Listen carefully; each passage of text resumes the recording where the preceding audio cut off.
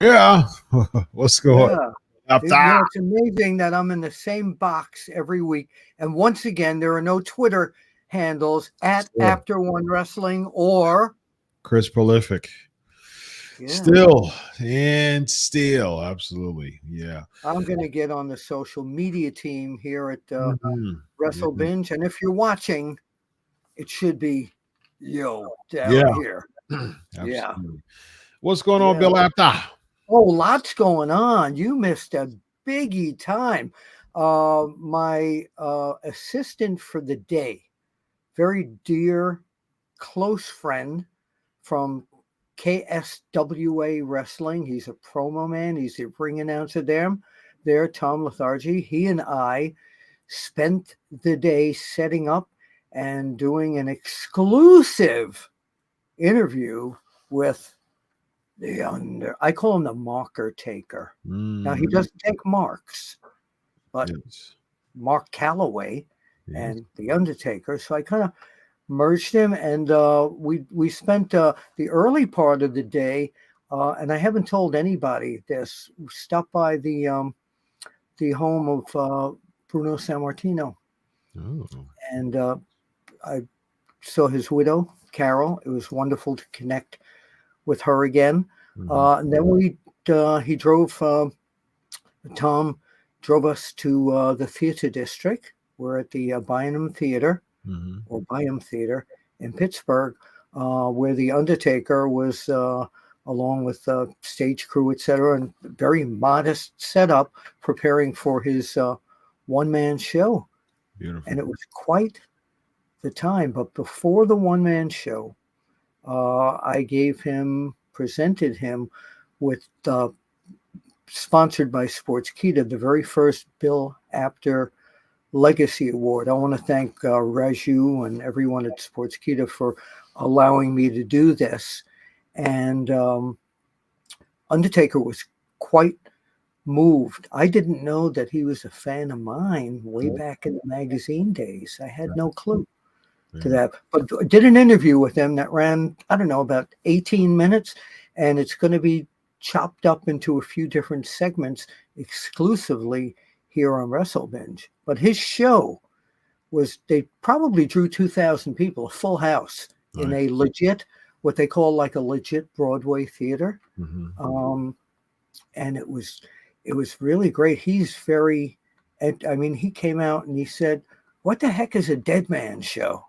And he got the audience into it right away. And he had a special guest there, Henry Godwin, Mark Canterbury, showed up, and they told some after hours stories that were quite entertaining. Wow, very nice. Wish you were there. Indeed, yes, me as well, man. Yes, indeed. I'm glad you had a great time, man. What was your all-time Undertaker moment? Did you have one? Oh man, I got a lot, man. It's interesting because a lot of people didn't like the 1994 build with the SummerSlam in '94, where there was Undertaker versus Undertaker. Oh yeah, I actually liked that. who turned out to be his brother Yeah, well, he turned out to be his doppelganger. and his dentist. No. I'm talking about '94 was primetime Brian Lee. He was the Oh doppelganger. right. I was talking the other one. Okay, go Yeah. ahead. So 1994 was the casket match with him and I believe it was Yoko, and then you had like 10 people come in, and it was Royal Rumble, I believe, that year. And they came in and started beating him up. Like they jumped him and they put him in the casket, and that's when he elevated to the sky, and he's I will not rest. Yeah, I remember. And he puts his I head down. remember. And lightning comes down, and then he ascends. So the rumor was that the long-standing rumor is that the person who actually ascended was Marty Jannetty. Really? And we were supposed to have him on tonight, but he wasn't able to make it. So hopefully next Tuesday, and then we'll find out for sure. The person who rose up when the ropes brought up the Undertaker and he ascended to the heavens, and then all of a sudden months later Leslie Nielsen comes out, from the Naked Gun, and he's sleuthing, and all of a sudden, he's spotting where's the real Undertaker. Then Ted DiBiase brings in the fake Undertaker, right? As we end up calling him throughout the years, the Underfaker, the Faker Taker. Yeah, the Faker Taker, the Underfaker. And so then all of a sudden Paul Bearer is like, he's alive, and so basically you had SummerSlam with Brian Lee as the Underfaker, portraying as the real Taker, coming out by Ted DiBiase. Yeah, I remember this purple and black color because at that time he was still the gray and black Taker. Yes. And so Brian Lee, who teenagers like me at the time, thought was he was like, this can't be the Undertaker, but he looked so much like the Undertaker. It was a really good doppelganger. And so all of a sudden people are wondering, is the real Undertaker going to come out? And all of a sudden, oh yes, Paul Bearer comes out. Good Paul Bearer. Thank you very much. And all of a sudden, the Undertaker comes out, and it was just like amazing. It was an incredible angle. It was an incredible just kind of night. It's making me want to watch SummerSlam '94 all over again. You can on YouTube, but it was just so nice that he was so welcoming when I got to get, if you remember, the WWE didn't let us interview their wrestlers. Yes. But even if they would have, he would have stayed in character, and he probably wouldn't have done this. But what an absolute terrific man, great sense of humor, and you'll see a personality that a lot of people don't know that exists in these. So earlier tonight, as you know, on Tuesday nights, we also tape with Teddy Long and Mac Davis, right? We holla. We also taped the Time Machine, and I asked them a question that I'm going to ask you the same thing. Okay.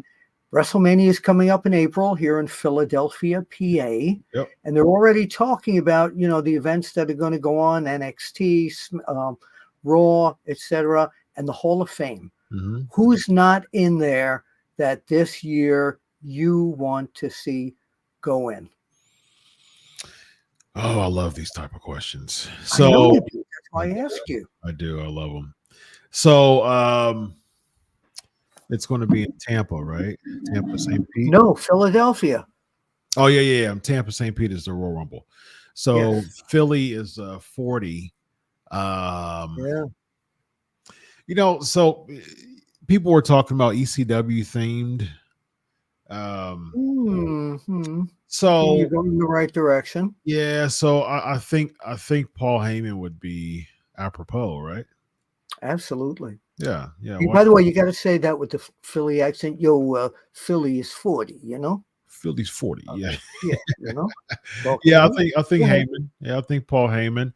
I don't think you really do. I mean, there's not a lot of people to me as far as an ECW theme that's should be in the Hall of Fame, honestly. Like, I mean, Jericho's in AEW, so they're not going to put him in the Hall of Fame. Mysterio, RVD is also already he's in. already in the Hall of Fame. Mysterio's an ECW alum. He was, inducted this year. So there's not a lot of people who was Tommy Dreamer. no, Too no. much in other companies, huh? Yeah, I don't think that he is. I mean, I like Dreamer a lot. Actually, he's actually one of my all-time favorite ECW Yeah. Oh talent. yeah. But just as far as his overall body of work and what and just the legacy that it left, especially from the standpoint of WWE standards, Yeah. no, I wouldn't. I No, don't. it's got to be Paul Lee if they're going to do something Sure, yeah. ECW standard. I It's think time. Heyman hands down. Yeah. Yeah, even though he's still alive and he's still working, Should be. um, I think he needs to be in that. You know who I said that I wanted in there? Who's that? And I'm kind of breaking my own kayfabe because we did it on Time Machine, but why not talk about it here as well? Miss Elizabeth, it's time. Every year people kept saying she was such a regal character. Yeah. And to this day, people still talk about her. They remember how classy she was. And she was one of the first women in the business that just became a household wrestling business character. Yeah, I agree. I'm all for Miss Elizabeth being a part of it. You know who would be? Because interesting, like WWE, their criteria. I mean, their number of people this year was kind of odd, but usually WWE's what they do, their kind of format is like a main eventer, a notable like mid card talent, like lifelong mid card talent. They usually do a tag team. They usually do a minority. And they used to do like a posthumous, inductee, like one posthumous inductee. Sure. I think if you want to keep this ECW theme, who would be a really, really good posthumous inductee? No, who? Brian Pillman. I'm sorry, I didn't hear you. Brian Pillman. Oh yeah. Oh God, absolutely. Especially with his son now being in NXT. Absolutely, and his son to induct him. Yeah. Oh my goodness, I didn't think of that, but that is perfect. Yeah, I definitely think Brian should be in the Hall of Fame. Yeah. Yeah, and he was such a force in WWF back then. I mean, he was one of the first really loose cannons that we had seen in that company. Yep, absolutely. Yeah, that would be interesting. I think that Paul Heyman and Brian Pillman would be who would be a tag team that isn't in the Hall of Fame yet that should be in there? Are the Fabulous Kangaroos in there? I don't think the Fabulous Kangaroos are in there. No. They should be. Mark Lewin and Don Curtis. These are going back to the. But if you want something more contemporary, Road Warriors are in. They're in. I think Demolition should do it, but I know that they have some, kind there of issues. In the WWE. I think it was all over that whole concussion. Yep, it was the class action. That's part of it. Yeah, so who's the tag you think should be? It would be Demolition for me, but I mean, I know. But let's say you can't. Demolition's out of the. Yeah, Demolition's out. So a team that's is qualified to be in, fits the criteria to be in, who isn't yet. I mean, who else do you have? Midnight Express. Yeah. Oh, yeah, definitely. I mean, they didn't work in WWE, but neither did a lot of people who are in that Bachwinkle Hall did of Fame. work for WWE. Midnight Express is perfect, and Jim Cornette should come in and induct them. Absolutely. Oh, absolutely. I'm 100%. I am 100% on. Do I have a ballot box here? No, it's gone. Somebody took my ballot box. Tampering. Because Bob Eaton passed recently. Stan Lane's still alive. Now, would you put Condrey is still alive? In? Dennis Condrey's still around. Would you put Dennis Condrey up, or would you make it a 3-man induction, or would you just do Eaton and Lane? No, Dennis Condrey has to be there. He was one of the first, one of the originals. Well, I don't think they put Norval Austin. I don't think they put Ole in as a part of the Four Horsemen, though. Ole wasn't a really he's an OG, man. Yeah. Because they put Flair, Flair, Arn, Tully, and Wyndham as a part. Well, they were the wrestling people and the Horsemen. Ole didn't spend a lot of time wrestling. Yeah, he did. Minnesota Wrecking Crew, him and Arn. I know. No, I'm talking about wrestling in the Four Horsemen group. Yeah, I mean, originally he did. Yeah, originally, but I don't think he really lasted all that long before he started wearing the suit and tie. And he lasted what? I mean, Horseman started what, 86, around 86. Well, then if you talk about it, let's talk about Ole and Gene Anderson. They were an incredible team. Yes, the Andersons, but I do think that Ole and Arn, they were a tag team for a while. I mean, they were the Minnesota crew for a while. He said that Arn Anderson was his nephew. Yeah, and yep. I can do an Ole Anderson imitation. Not many people. Go for it, man. Ask me, Ole, what's the finish of my match? Ole, what's the finish of your match? No, of your match. You're a wrestler. What's the finish of my match? I don't care what the hell you do. Go out there, do your job, leave me the hell alone, and come back tomorrow. There you go. People in the business that know Ole will understand. I was one of the few guys, and even to this day, that got along great with him. And he was one of the first people to put me and Craig Peters from PWI on TV. We came up with the idea of those scouting reports, and Ole he said, well, good, I need some TV time. You guys can talk. You got 10 minutes every week.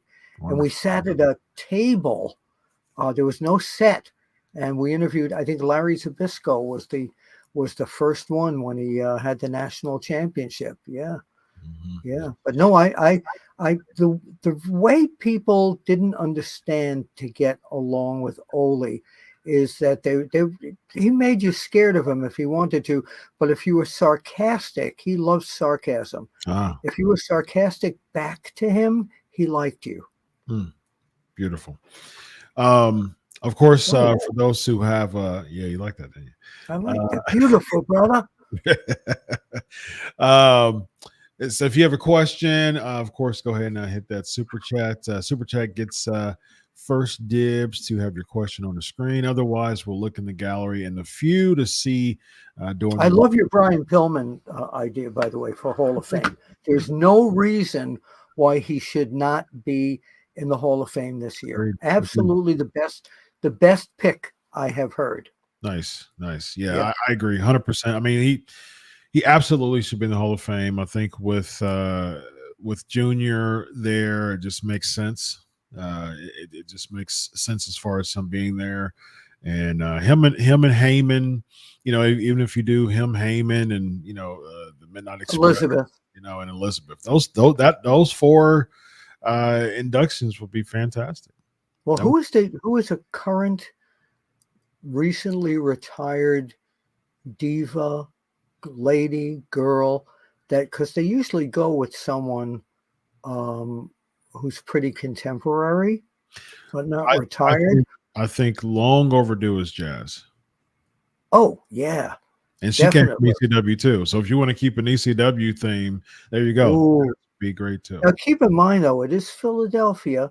And it was ECW territory, but there's going to be 91,000 people over the 2 nights coming from all over the world. But then again, everybody in the world knew about ECW in Philadelphia being tied together. Yeah.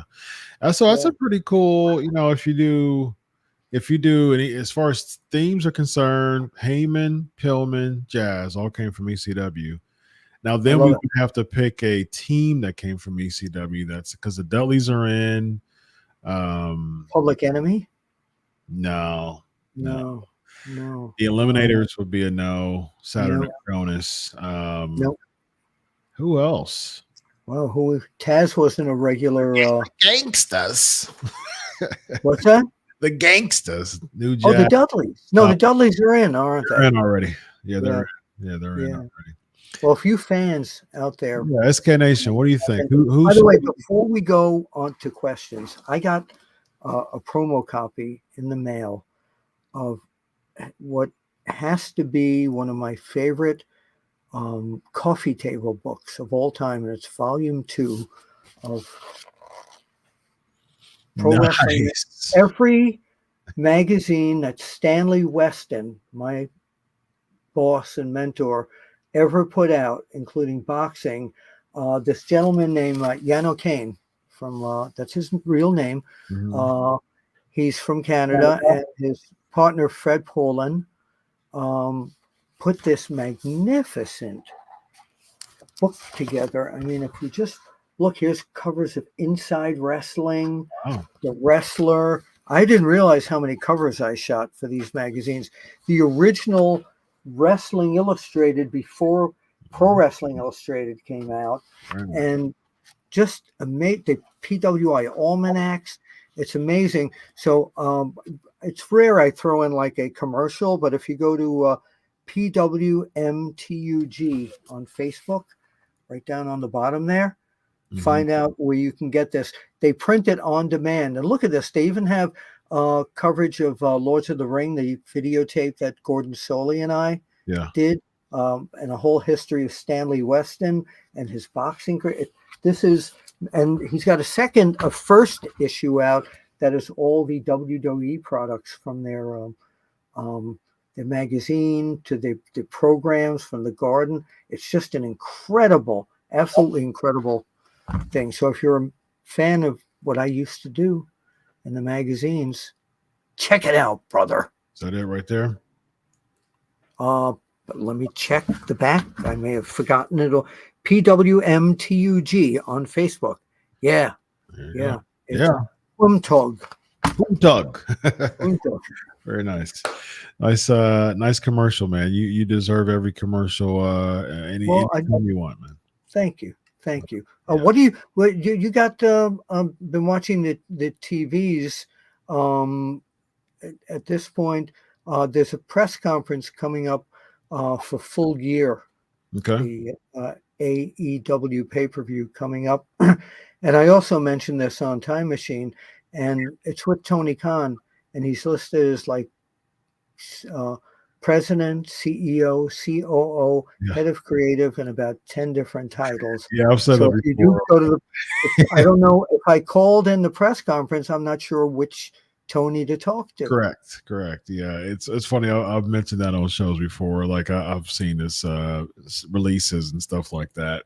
And on the very bottom, on the releases that we get for media for Tony Khan, from Tony Khan, it's just like Tony Khan and like 18 credentials after that. Oh, yeah.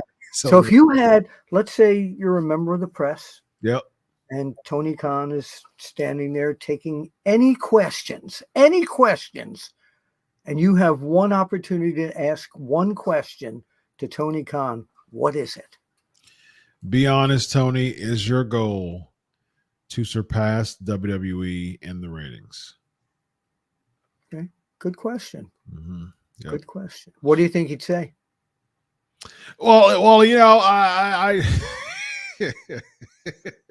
that's what he would say. He would say yes. Next question. Some odd word. He would say yes in a very PC way, I think. But you know, according to his tweets, though, I mean, he's made it clear. I mean, like he's pretty petty when it comes to that stuff. I think what really got me was the tweet that he had as far as the first ever time that John Cena and The Undertaker was a part of a show under 1 million viewers or something. Yeah. It's like that. Yeah. I'm like, oh man. And he vanity searches himself and comments on people's stuff who don't even tag him. And yeah, I mean, it's just like, You see, if you go back in time, when one of the first wars was when Eddie Einhorn had the IWA, they wanted to put WWF out of business, and there was no internet back then, so you never heard from Pedro Martinez, the promoter, attacking like this. If there was no internet, how would this play out? If there was no internet, they would be. Yeah, Tony wouldn't have a platform to. They'd be calling you, man, getting interviews for the mags. Yeah, probably. You're probably right. Yeah. You're probably right. Yeah, absolutely. And Tony Khan would say, "This is my, this is a sneak peek of my strategy to end the WWE." Yeah, interesting. And it would be good, like good cover line for a magazine. I could see that right on the cover. Tony Khan's plan to end the WWE. Ooh. Whoa! People would read. That's for sure. People would read. Yes, indeed. It would have been fun to write for the mags back in the day, man. Yeah, but you would have had to call it magazines back then. They never called mags. Came with the internet. Nobody says the whole word. That's cool. I call it the mags, like Joey Mags. Remember the Joey Mags? Whatever happened? Jumping Joey, he passed away. I think I remember that. We've lost so many guys. I've almost lost track. He was in his 50s when he passed away, I think, actually. Yeah. I remember jumping Joey Mags. His age, not the 1950s, right? Yes, he died. Man, he was young. Yeah. He died in 2006. He was 39 years old. Wow. Whoa. So do we have some? You mentioned we have some questions. Yeah. That's crazy, man. I thought he was in his 50s. Yeah, you know what, man? I forgot that he died so late. So I forgot that he died. Period. Really? Yeah, I forgot it was so long ago. It was in 2006. 39 years old. That's sad. Right. All right, got a couple questions. Let's go with Cliff Sides, $2 super chat. Oh, I like that name. You ever witnessed a photographer hurt at ringside? That's a good question for me. Mm-hmm. Me. Back in the old days at Madison Square Garden, when me, George Napolitano, Paul Heyman, and Frank Amato were around the ring, it seemed like it was always planned for one of the wrestlers when they got kicked out to let's get this guy or that guy. And I remember Pedro Morales one time coming through the middle rope right onto me, full force, camera cracked. Luckily I had a second camera, and I went home on the subway with a little bit of a stiff neck that night. But then again, this is my job. I didn't have to sign any waivers. It was, if you're going to be stupid enough to be that close, you might get hurt. Shoot at your own risk. That's what it's all about. We also got Rollin $4.99 super chat. Hey, Rollin, nice to see you again. Always good to see Rollin.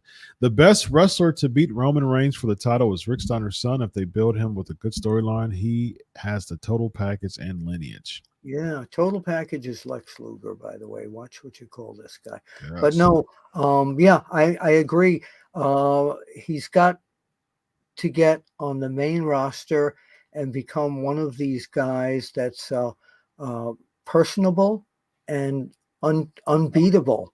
He really does have to do that. I think, and I've mentioned this a few times, probably on this show too, I think the end of Roman Reigns' reign might come from an RKO out of nowhere. I know we disagreed about that last week, but here's the thing, man. People have been talking. I'm gonna discuss both of those things. One, I'll discuss the Braun Breaker discussion. I'm just not sold on Braun Breaker ending. I'm not yet. That's why I said I like Braun Breaker. I'm just not sold on him. Like, you talking about good storyline. He, again, face and heel, man. Like, it's got to be believable. I don't care about people just defeating someone just because if there's no one behind, if the fans aren't behind the story to cheer and Mhm. boo someone, just Right. again, matches for matches sake, I'm not interested. I agree 100%. They have to give a story to Yes, this absolutely. situation, and he looks like a champion already. But Oh, he looks. Yeah, oh, yeah, he yeah, yeah, definitely looks like a. He looks yeah, like a star. Absolutely. yeah. It's just that he's. He needs to mature a bit. But if the storyline's good, but the thing, what's the as far before the bloodline? What good storyline did you experience? Like, what was the last good storyline to you in the WWE? My God, Orton, Batista, Ric Flair. Yeah, I believe. um, it's hard. It's really hard for me to go back and think what the good story. Well, Cody was after that. Yeah, Yeah, I really can't pull a memory out of something that totally stood out. yeah. Which is sad to me. I mean, like Yeah, it was all yeah. about stories before. So, all right. Oh yeah. Let me discuss. What else was it? The RKO oh out of yeah, nowhere. yeah. So yeah. I So know you don't. That just we yeah. talked about So that yeah. before. So with Orton, no, it's just it's got to be like you're spending so much time building up Roman. This has been over 3-year deal of building him up. Hmm. I'm old school, man. If you're building up someone, you know, you got to let them pass the torch to the new guy, man. I mean, Flair passed the torch to Sting. I mean, it's just Bruno's pass the torch to Zabisco. I mean, it's just No, these. no, to Uh, Koloff.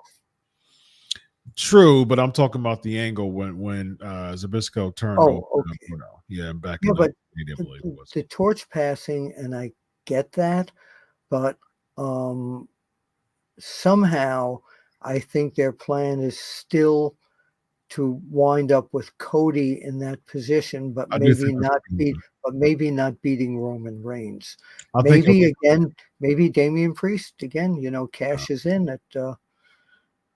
But no. I mean, he will on Seth, I think, but I do think that Cody's going to beat Roman. I'm not a fan of it, but I do think that Cody's going to be Roman. I think yeah, that they were holding him off for a while and having him be in these filler feuds mhm. for a while to set him up to see if the Rocks, if the strike was going to be over by WrestleMania.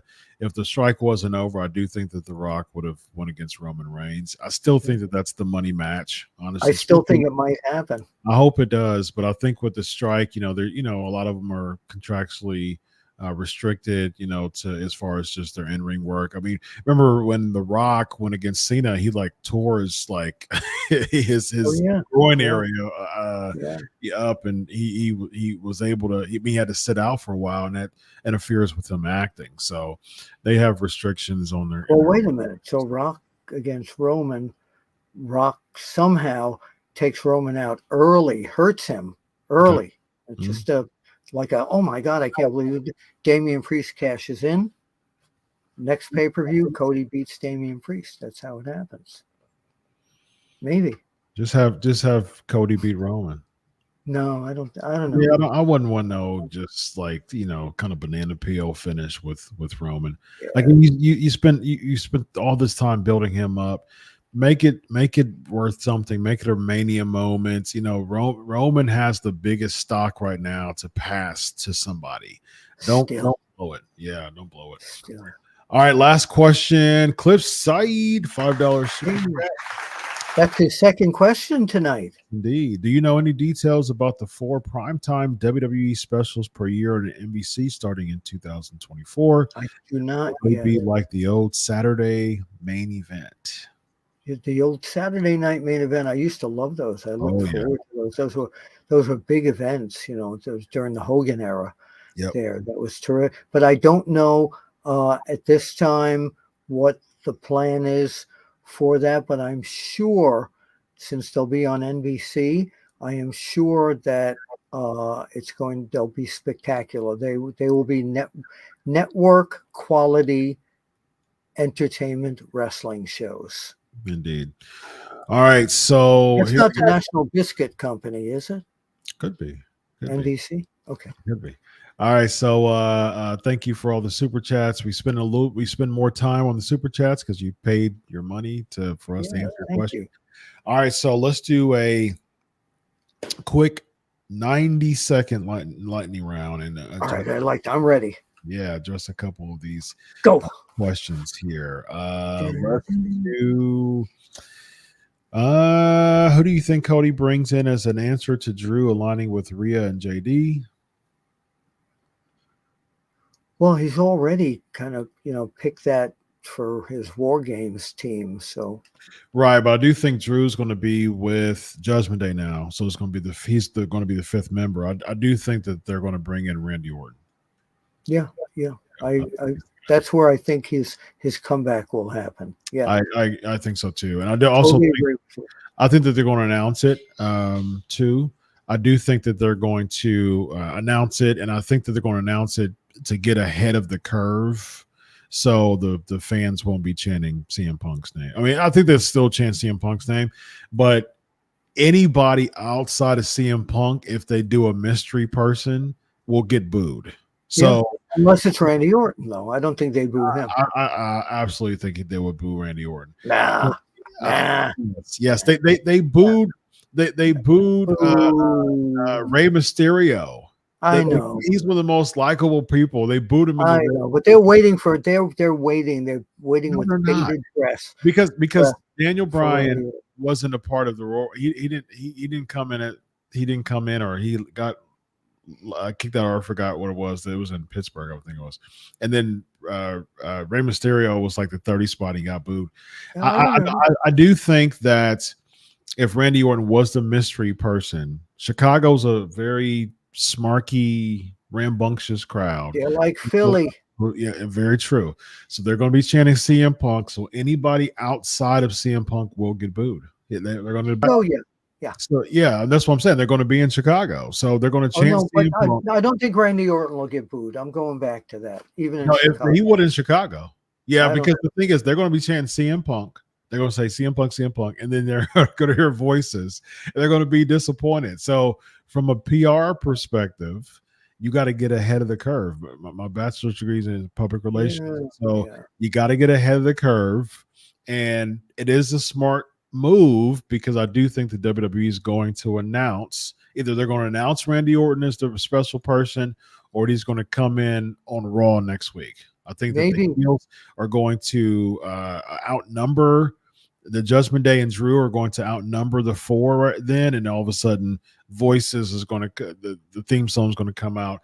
Then that's where the pop is, and then that's when you go ahead of the curve for Chicago, because now Chicago knows what to expect and they won't be let down. So I think that's the way to do it. So we'll see what happens. Well, we're using up the 90 seconds, so we got to stop the clock for that answer. Go back. But we do have to go though. The Solo take Roman's belt. What do you think? No. I agree. I don't think so. Solo, to me, and I read this somewhere, people said they brought him in like the monster, and he's not the monster that they were trying to make. I agree. And I don't know why. I saw monster written all over this guy. I think they made him lose wrong. I think because it was like the week or two before WrestleMania, and there was a random Raw before WrestleMania, and Cody beat him. It's just like, wow. Yeah. You know what I mean? Just you got to build that up. That just doesn't make. You got to give me build, man. Build it up. And why would you have him be a sacrificial lamb to Cody Rhodes, knowing that he didn't need to? It was pointless. So I think that really derailed his momentum. So let them know where to find you, Bill Apter. Well, Apter-san is at Apter One Wrestling on Twitter. I'm on Wrestle Binge regularly, and don't forget, Thursday morning Eastern Time around 10 a.m., the first part of my exclusive Wrestle Binge Sportskeeda interview with The Undertaker, where I presented him with the plaque of the Bill Apter Legacy Award, the first one, that will drop on Thursday. So you'll be watching, right? Of course. Okay. Just want to check. Of course. All right. Follow him at the so Apter One Wrestling. Apter One Wrestling, the number one. And where can people find you? At Chris Prolific. That's where I go on all the socials, on Twitter or X and Instagram. Follow me at Chris Prolific and follow the Pancakes and Power Slam show. I'm actually heading over there now. We're gonna have some fun as we do always, and be ranking the SummerSlam debuts. So it's going to be pretty fun chat over at Pancakes and Power Slams as always. All right, this guy right here is Bill Apter. This guy over here is Dr. Chris. Yes, I got the right finger this time. Yes, indeed. You did good. Very great job. Let's touch fingers. Let's see if we can touch fingers. Can we do? There you go. There you go. Yeah.